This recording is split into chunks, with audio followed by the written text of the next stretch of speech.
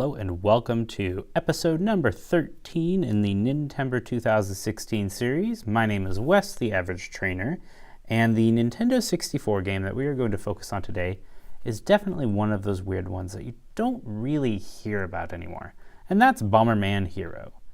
Now, this is a game I do remember playing in my parents' basement when I was just a wee young lad, and we had the Nintendo 64 all hooked up, and we were really cool kids. And I don't know, there's not much to say about this game. Like I mentioned, it's not really a good game. It's not really a game that you can hold up for its fantastic, implementation of the Bomberman formula, but it holds a lot of good memories for me. So right off the bat, this game is a single player focused game, which in many ways defeats the purpose of Bomberman in the first place. Bomberman is known as this super fun multiplayer game, but this game didn't really have that available. But it was in full 3D, and there was a lot of interesting level designs, I think.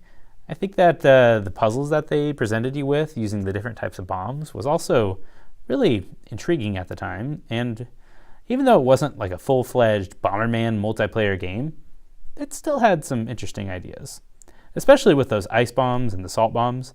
Those are pretty cool. Being able to use the ice bombs to freeze the enemies, and then the salt bombs would take away the slugs, which is kind of a very limited use to begin with, but yeah, that's how it is.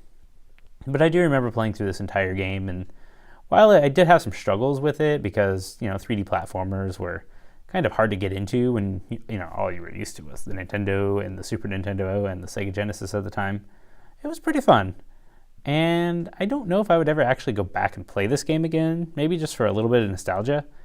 But it was, for the time, it was kind of what I needed, and for some reason it just ends up sticking in my memory more than a lot of other Nintendo 64 games, which is weird. So yeah, there's not much to say, honestly, but it's interesting. And, you might as well check it out. I believe it's on the Wii Virtual Console, and it could be good for a weekend or something like that. I don't know. But yeah, holds good memories for me. Maybe not that great, but it was good to me. So yeah, thank you for watching, and until next time, stay average. Goodbye.